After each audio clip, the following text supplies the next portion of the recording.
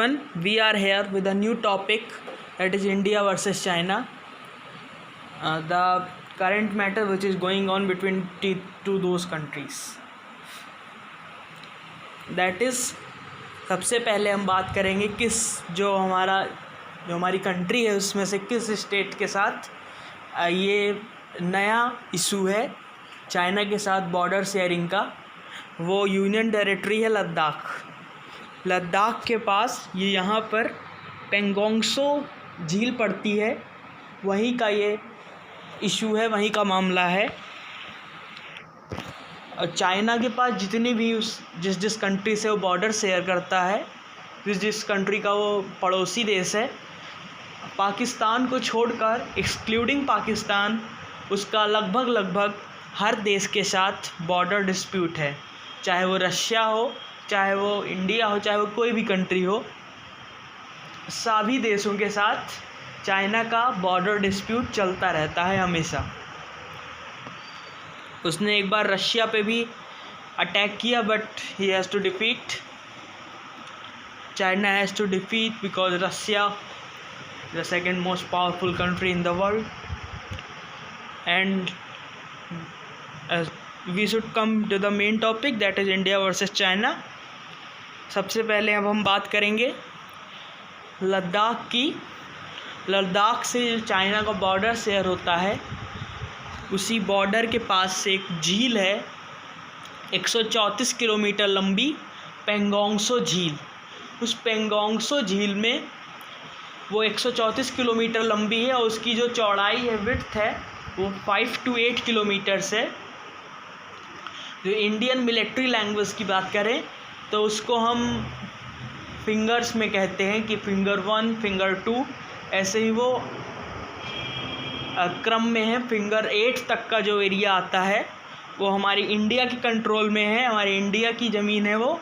और फिंगर 8 के बाद जितना भी है पेंगोंग झील का, दोनों देशों में है पेंगोंग झील। फिंगर 8 के बाद वाला एरिया चाइना के पास है। पर चाइना जो अटेम्प्ट कर रहा है कि चाइना कह रहा है कि जो फिंगर 4 तक का है उस तरफ से देखें चाइना की कंट्री से, तो उधर से फिंगर 4 तक का इलाका वो उसका है, चाइना ये कह रहा है। और इंडिया कह रहा है कि हमारा फिंगर 8 तक का इलाका है। तो जो फिंगर 4 और फिंगर 8 के बीच की जो दूरी है वो 8 किलोमीटर है। और यही मेन इशू है इस समय दो कंट्रीज़ के बीच, चाइना और India. China largest army in the world, China has largest army in the world and India has second largest army in the world। China और इंडिया दो पावरफुल कंट्रीज़ के बीच ये इशू इस समय चल रहा है और पूरे वर्ल्ड की नज़र इस पर है। ये पेंगोंगसो लेक है, ये यहाँ पे पूरा 1/3 एरिया जो पेंगोंगसो लेक का है वो इंडिया का है और जो 2/3 बचा वो चाइना का है। और उसी में यहीं पर इशू चल रहा है। चाइना कह रहा है कि हमारा फिंगर 4 तक है और इंडिया कह रहा है हमारा फिंगर 8 तक है। अब इसमें इशू क्या है, ये बहुत दिन से ऐसा ही चला आ रहा है। इंडिया की पेट्रोलिंग पार्टी और चाइना की पेट्रोलिंग पार्टी दोनों अपनी अपनी पेट्रोलिंग करते थे। इंडिया इधर से फिंगर 1 से लेकर अपनी एरिया में फिंगर 8 तक जाता था कि वो इंडिया का एरिया है ऑब्वियसली। और चाइना क्या करता है, चाइना भी इधर अपनी तरफ से फिंगर 4 तक आता है पेट्रोलिंग करने। तो कई बार आपस में दोनों सेनाएं मिल जाती हैं, पेट्रोलिंग पार्टी, और क्लैशिंग हो जाती है। और इस बार क्या हुआ, जब पूरे वर्ल्ड में कोरोना फैला हुआ है, एमिड this corona virus crisis, Indian government ने ये एक इंस्ट्रक्शंस दे दिए, निर्देश दिया सेना को कि आप सिर्फ फिंगर 4 तक जाइए, उधर ना जाइए, क्योंकि उधर अगर ये आर्मी में फैल गया कोरोना तो फिर संकट आ सकता है देश पर। सो आर्मी क्या किया, आर्मी सिर्फ फिंगर 4 तक जाने लगी और उधर चाइना ने इस मौके का फ़ायदा उठाया। जबकि कोरोना चीन से ही फैला हर पूरे वर्ल्ड में। चीन क्या किया, चाइना ने अपनी जो पेट्रोलिंग पार्टी थी वो पेट्रोलिंग के बहाने फिंगर 4 तक आया और वहीं पे थोड़ा ज़्यादा आर्मी लेकर आया, वहीं बैठ गया फिंगर 4 पे। जो फिंगर 4 है यहाँ पे आप मैप में देख सकते हैं, जो चूसुल है, चूसुल मोल्डो एरिया है, यहीं के थोड़ा जस्ट ऊपर के राइट साइड में फिंगर 4 का थोड़ा एरिया आता है। फिंगर 4 वहीं पे है। उसी फिंगर 4 पर चाइना अपनी आर्मी लाकर बैठा दिया। अब इंडिया ने इसका अपोज किया और इस टाइम दोनों देशों की सेनाएं आमने सामने हैं। इधर इंडिया ने इसको देखते हुए अपनी आर्मी स्ट्रेंथ वहाँ फिंगर 4 पे लद्दाख में और ज़्यादा बढ़ा ली और सेना वहाँ पे बुलवा ली। और चाइना क्या किया, उसने भी अपनी आर्मी स्ट्रेंथ और बढ़ा ली। अब इधर कुछ दिनों पहले चाइना की आर्मी थोड़ा पीछे चली गई, 2 किलोमीटर पीछे। चाइना को पीछे हटना ही पड़ा क्योंकि ये इंडिया 2020 का है, 1962 का नहीं। चाइना की आर्मी जब 2 किलोमीटर पीछे हटी तो इंडिया ने भी अपनी आर्मी को 1 किलोमीटर पीछे बुला लिया और इंडिया ने वहाँ पर बोफोर्स टैंक्स डिप्लॉय कर दिए, वहाँ पर तैनात कर दिए और फाइटर प्लेन्स की लैंडिंग के लिए वहाँ पर एयर स्ट्रिप्स बनवा ली, हवाई पट्टियाँ बनवा ली। और चाइना को इस बात से और भी ज़्यादा दिक्कत है क्योंकि इंडिया अपना इंफ्रास्ट्रक्चर बॉर्डर एरियाज़ में बेहतर कर रहा है, वहाँ पे रोड्स बना रहा है कि आर्मी युद्ध के कंडीशन में जल्दी से जल्दी वहाँ पहुँच सके और वहाँ पे मोर्चा संभाल सके। ये काम चाइना पहले कर चुका है। उसी को देखते हुए इंडिया ने भी अपना इंफ्रास्ट्रक्चर और बेहतर किया है और इधर चाइना उसी का अपोज करते हुए यहाँ पे फिंगर 4 पर आके बैठ गया, इस जो काम चल रहा है रोड बनाने का, पुल बनाने का, उसे रोकने के लिए। अब चाइना फिंगर 4 पे बैठा है, 2 किलोमीटर कुछ दिनों पहले पीछे गया और इस पे कई कमांडर लेवल की अभी 6 जून को कोर कमांडर लेवल की मीटिंग हुई दोनों देशों के बीच में। इंडिया की तरफ से लेफ्टिनेंट जनरल हरिंदर सिंह और उधर से उनके मेजर जनरल आए, दोनों में बातचीत हुई। 3 घंटे वो बातचीत चली। बाय द वे अभी कोई इसकी ऑफिशियल अनाउंसमेंट नहीं हुई है कि उसका क्या हल निकला, परंतु एक इंडियन ऑफिसर ने स्टेटमेंट दिया है कि चाइना इस समय नहीं माना है और ये कोशिश आगे भी जारी रहेगी। China only want to fight with India. He doesn't want any conversation on this matter. India जो है, इंडिया दोनों लेवल पर काम कर रहा है, डिप्लोमेटिक लेवल पर भी और मिलिट्री लेवल पर भी। इंडिया ने अपनी आर्मी भी वहाँ डिप्लॉय कर दी है और वो डिप्लोमेटिक लेवल पर काम कर रहा है। दोनों देशों के जो ऑफिसर्स हैं आपस में बातचीत कर रहे हैं। बट अगर वॉर हुआ तो क्या होगा? क्वेश्चन अब ये उठता है कि अगर वॉर हुआ then what is the army strength of both the countries? Then let's understand. This is the Indian army. जब 1962 का वॉर हुआ था, युद्ध हुआ था इंडिया और चाइना के बीच, तब इंडियन आर्मी के पास उतने संसाधन नहीं थे, इतने रिसोर्सेस नहीं थे। यहाँ तक कि इतनी ऊंचाई पर जो वॉर हुआ था उस पर इंडियन आर्मी के पास उस टाइप के कपड़े नहीं थे, उस तरह के इंस्ट्रूमेंट नहीं थे कि वो अपने आप को इतनी ठंडी से बचा सकें। और इंडियन आर्मी के पास सामान्य सी राइफ़ल हुआ करती थी और चाइना मशीन गन लेकर लड़ने आया था, वो इतना कैपेबल था तब। और इंडिया जल्दी आज़ाद हुआ था, उसने कई युद्ध भी किए थे पाकिस्तान से। So India is not so much capable as China. और जब अब 2020 है, इंडिया की आर्मी स्ट्रेंथ कहीं ज़्यादा बढ़ चुकी है। India is the second largest army in the world and India is the 5th largest economy in the world. दोनों ही लेवल पर इंडिया आगे है। दूसरे नंबर पर वो आर्मी में है और 5वें नंबर पर इकोनॉमी में है। और चाइना भी, चाइना सेकंड नंबर पर है इकोनॉमी में यूनाइटेड स्टेट्स के बाद। China is the second largest economy in the world. और आर्मी लेवल पर वो नंबर 1 पर है। सबसे ज़्यादा सोल्जर्स के पॉइंट ऑफ व्यू से देखें तो दोनों ही कंट्रीज़ सर्वश्रेष्ठ पायदान पर हैं, चाहे वो इकोनॉमिक लेवल में हो, इकोनॉमिक पॉइंट ऑफ व्यू से देखें या मिलिट्री से देखें, दोनों ही कंट्रीज़ किसी से कम नहीं है। So and the conversation held many times but no solution had come out. So 50% of chances here of war between these two countries, India and China. 50% chance है इंडिया और चाइना के बीच वॉर होने का, युद्ध होने का। तो आर्मी स्ट्रेंथ में हमारी जो इंडियन आर्मी है, इंडियन मिलिट्री है, हमें 3 ब्रांचेस हैं, इंडियन आर्मी, इंडियन नेवी और इंडियन एयरफोर्स।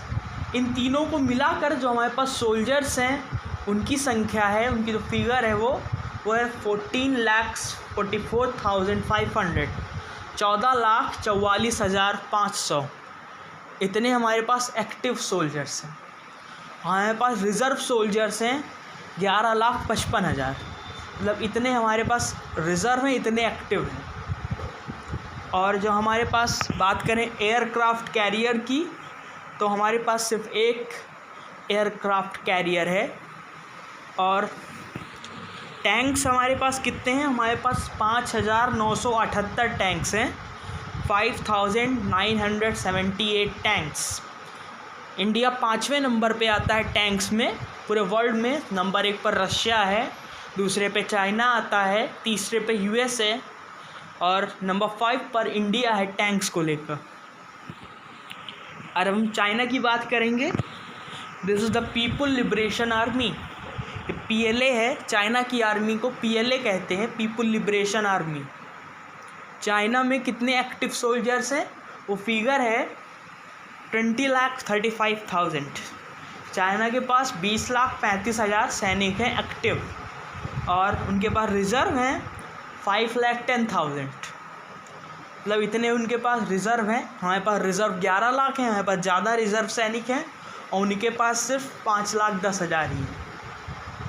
अगर हम चाइना में उनके रिज़र्व एक्टिव और उनकी, जैसे हमारे यहाँ पैरामिलिट्री फोर्सेस होती है, BSF, CRPF, जो हमारी पैरामिलिट्री फोर्सेस हैं, जैसे उनके यहाँ भी है, उसको नंबर्स को जोड़ लें टोटल, तो उनके पास जितने सोल्जर्स होते हैं एक्टिव, रिज़र्व सब मिला के, वो बनता है फिगर 26,95,000 का। 26,95,000 ये फिगर बनता है। और इधर हमारे इंडिया में अगर हम अपने पैरामिलिट्री फोर्सेस के नंबर को जोड़ लें, वो जब इमरजेंसी होती है तब उन्हें बुलाया जाएगा, तो भी नंबर इनके बराबरी में होगा चाइना के। और ये चाइना के पास टैंक कितने हैं? दूसरे नंबर पे आता है टैंक में चाइना वर्ल्ड में, उसके पास टोटल 9,000 टैंक्स हैं। और एयरक्राफ्ट कैरियर इनके पास 2 हैं, इनके पास 2 एयरक्राफ्ट कैरियर हैं, हमारे पास 1 है। और ये तो नंबर्स थे किसके पास कितनी आर्मी स्ट्रेंथ है, but we have zeal and enthusiasm which China's army does not have. ये चाइना की आर्मी के पास नहीं है। जो हमारे पास जील है, इंथुजियाज्म है, वो चाइना के पास नहीं है। अब जो डिफरेंस यही है हमारे और चाइना की आर्मी में, क्योंकि जब 1967 का वॉर हुआ था, बैटल हमारे बीच और चाइना के बीच, तो इंडिया जीता था। उस समय तो हम जितना इस टाइम हम पावरफुल हैं उससे कम थे। हमारे पास नंबर ऑफ़ सोल्जर्स कम थे, नंबर ऑफ़ इक्विपमेंट्स कम थे, हमारे पास इतने हथियार नहीं थे, इतने टैंक्स नहीं थे, तब भी हम वो वॉर जीते थे, क्योंकि we have zeal and enthusiasm for our country. We can do anything for our country. So that was the reason that we won. और हमारे यहाँ की जो आर्मी है इंडियन आर्मी में जो सिस्टम है ज्वाइन करने का उससे, कि अगर आप इच्छुक हैं उसे ज्वाइन करने के तो आप जाइए, पर चाइना में ऐसा नहीं है। तो चाइना की PLA है, वहाँ पे अगर आप चाइना के सिटीज़न हैं तो आपको चाइना में उसकी आर्मी ज्वाइन करनी ही पड़ेगी किसी ना किसी तरीके से। कभी ना कभी चाइना की आर्मी आप किसी ना किसी रूप में ज्वाइन करनी ही पड़ेगी, ये वहाँ के गवर्नमेंट लॉ में है, चाहे आप उसके लिए इच्छुक हों या ना हो। बट इंडिया की जो आर्मी है, इंडियन मिलिट्री है, वहाँ पे ऐसा नहीं है। अगर आप इच्छुक हैं तो आप ज्वाइन कर सकते हैं, नहीं तो कोई बात। और मेन डिफरेंस ये है कि जो चाइना की आर्मी है और हमारी आर्मी में, हमारी आर्मी फ्री है बिल्कुल, सिर्फ गवर्नमेंट के थोड़े इंस्ट्रक्शंस मानने पड़ते हैं। जो भी गवर्नमेंट में हो, जो भी प्राइम मिनिस्टर हो, प्रेसिडेंट, चीफ हेड होता है तीनों सेनाओं का, उसी के इंस्ट्रक्शंस हमारी आर्मी मानती है। और उसके पास इस समय स्पेशल पावर्स हैं आर्मी के पास कि वो कुछ भी अपने हिसाब से फ़ैसला ले सकती है, उसे सरकार से ज़्यादा पूछने की ज़रूरत नहीं है। पर चाइना की जो PLA है वहाँ पे ऐसा नहीं है। चाइना की PLA को, चाइना की आर्मी को सारे काम वहाँ की जो प्रेसिडेंट हैं शी जिनपिंग, उन्हीं से पूछ के करना पड़ता है। वहाँ पे डेमोक्रेसी नहीं है, एक कम्युनिस्ट पार्टी का शासन है। वो जो आर्मी है वो कम्युनिस्ट पार्टी की आर्मी है, चाइना की आर्मी नहीं है। और जो हमारी आर्मी है वो इंडिया की आर्मी है। तो दैट्स द मेन डिफरेंस। और अब हम बात करेंगे बायकॉट चाइना, जो ट्रेंड चल रहा है इस समय all over India, not only in India, it has become all over the world, it is trending all over the world. ये ऑल ओवर द वर्ल्ड चल रहा है बायकॉट चाइना, क्योंकि जो कोविड-19 का आउटब्रेक हुआ है, लगभग सभी कंट्रीज से सफ़र कर रहे हैं इस समय, वो सिर्फ चाइना ही उसका दोषी है। सो इस समय जो सिटीजन हैं सभी कंट्री के, उनके अंदर एक गुस्सा है चाइना के ख़िलाफ़। सो वो चाइना की जितने भी प्रोडक्ट हैं सबको बायकॉट करने को तैयार हैं। यहाँ तक कि चाइना के जो सोशल मीडिया प्लेटफॉर्म्स हैं, उसमें जो एप्लीकेशन था टिकटॉक, बड़ा ही पॉपुलर था, वो इंडिया के लोगों ने उसे बायकॉट करना शुरू किया तो उसकी रेटिंग 4.5 से 1.2 पहुँच गई सिर्फ 1 या 2 दिन में। सो that is the power of citizen, customer is the king. अगर सिटीज़न चाहे तो किसी भी कंट्री को कुछ भी कहीं भी खड़ा कर सकता है। अब क्वेश्चन ये उठता है कि अगर चाइना के प्रोडक्ट से हमें इतनी दिक्कत है, मतलब हमें इतना कष्ट उठाना पड़ रहा है चाइना के कारण, इतना हमें सफ़र करना पड़ रहा है कोविड-19 से, बहुत लोगों ने अपनी फैमिली मेम्बर्स को खो दिया, बहुत लोगों ने अपने लव्ड वंस को खो दिया। सो इंडियन गवर्नमेंट उसे बैन क्यों नहीं कर देती चाइनीज़ प्रोडक्ट्स को, चाइनीज़ कंपनीज़ को? जो कारण ये है इसे ना बैन करने का कि हम जो चाइना से ट्रेड किए हैं 2019 में, ये मिनिस्ट्री ऑफ एक्सटर्नल अफेयर्स के आंकड़े हैं कि हमने 2019 में चाइना के साथ 95 अरब डॉलर का व्यापार किया, जिसमें हमने जो चाइना को बेचा वो सिर्फ था 18 अरब डॉलर, 18 अरब डॉलर्स। हमने सिर्फ चाइना को 18 अरब डॉलर्स दिया और जो पूरा व्यापार हुआ वो 95 अरब डॉलर का हुआ। तो अगर हम समझें इसे तो चाइना हमें 5 गुना सामान ज़्यादा बेचा। So that was the loss of our country. अगर अभी तक के फिगर्स को देखें हम तो चाइना ही एक ऐसा कंट्री है जिसके साथ ट्रेड करने पर इंडिया को सबसे ज़्यादा लॉस हुआ है, घाटा हुआ है। और इसीलिए अब हमारे जो प्राइम मिनिस्टर हैं उन्होंने भी एक अभियान शुरू किया है, Atmanirbhar Abhiyan, that was indicating China's backout. तो चाइना के बैकआउट को इंडिकेट करता है पूरी तरीके से, और कि जब हम अपने यहाँ पे सारी चीज़ें बनाने लगेंगे, हम ज़्यादातर चाइना से medical equipments, machinery, auto parts, यही सब हम चाइना से मंगाते हैं।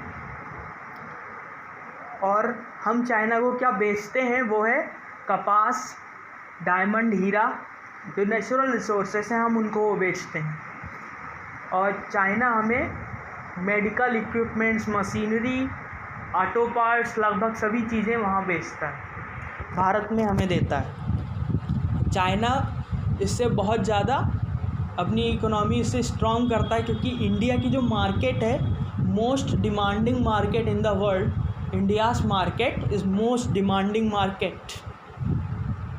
सबसे ज़्यादा डिमांड इंडिया की मार्केट में है पूरे वर्ल्ड में। तो चाइना इसका फ़ायदा उठाता है, हमारा पड़ोसी होने के कारण अपने सभी सामान सस्ते दामों पर हमें दे देता है, चाहे उसकी क्वालिटी से मतलब नहीं, वो रेट कम करके सब कुछ इंडिया में देता है, और अपना जो बिज़नेस है पूरे इंडिया में फैला रखा है, चाहे वो मोबाइल्स में हो, मोबाइल फ़ोन्स में हो, चाहे मशीनरी हो, चाहे मेडिकल इक्विपमेंट्स हो, ये सब चाइना पर हम निर्भर हैं। से हमारी ड्यूटी यही है कि हमें चाइना को बायकॉट करना है किसी ना किसी तरीके से। जैसे आर्मी वहाँ पर चाइना को अगर वॉर हुआ, बुलेट से जवाब देगी, गोली से, बुलेट से जवाब देगी, और हम चाइना को अपने वॉलेट से जवाब देंगे। So that is our power, and we can defeat China in every way. हम सभी तरीक़ों से चाइना को डिफीट कर सकते हैं, और करेंगे डिप्लोमेटिक वे में, मिलिट्री वे में। डिप्लोमेटिक वे सरकार का काम हो गया, मिलिट्री वे में आर्मी करेगी ये काम, और इधर इकोनॉमिक वे में गवर्नमेंट की भी ड्यूटी है, और हमारी भी उतनी ही ड्यूटी है एक इंडियन होने के नाते, एक भारतीय होने के नाते, कि हम चाइना की जितनी भी चीज़ें हैं उसका बायकॉट करें। अब क्वेश्चन ये उठता है कि चाइना की जितनी भी चीज़ें हम ख़रीदते थे, इसलिए ख़रीदते थे क्योंकि वो हमें जो और कंपनी से, इंडियन कंपनी हो या कोई और भी फॉरेन कंपनी हो, उससे कम दामों में चाइनीज़ कंपनीज़ हमें अपना सामान देती थी। इसीलिए इंडियंस चाइना के प्रोडक्ट पे ज़्यादा डिपेंड हो गए, ज़्यादा निर्भर हो गए।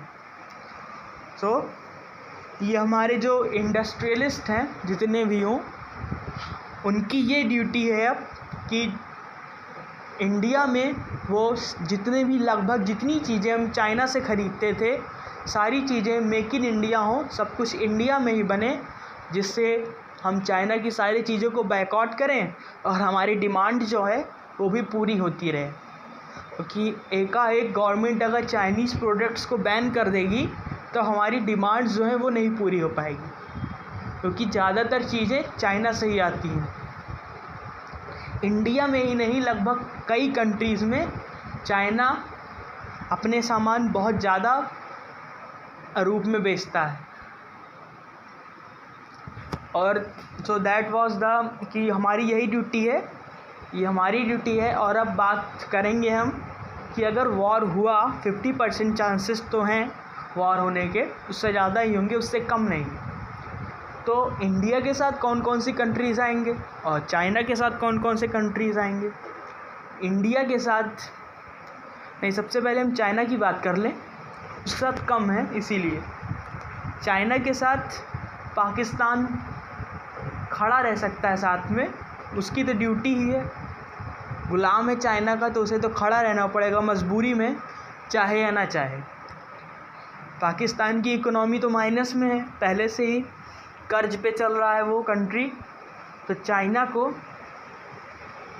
उसको सपोर्ट करना ही पड़ेगा, उसकी तो मजबूरी है। तो इंडिया की बात करें, इंडिया को कौन कौन सी कंट्री सपोर्ट करेगी?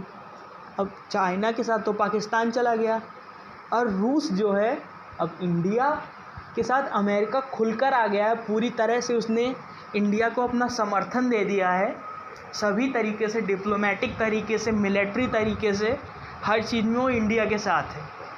अब रूस और अमेरिका की पुरानी दुश्मनी है, सो रूस इस पूरे मामले में न्यूट्रल रह सकता है, वो ना चाइना के साथ जा सकता है ना इंडिया के साथ, क्योंकि चाइना के साथ जाएगा तो रूस का तो वही, चाइना के साथ भी बॉर्डर डिस्प्यूट है और उस रूस का भी बहुत से नुकसान हुआ है, बहुत से रशियंस ने भी अपने फैमिली मेम्बर्स खोए हैं कोविड के कारण।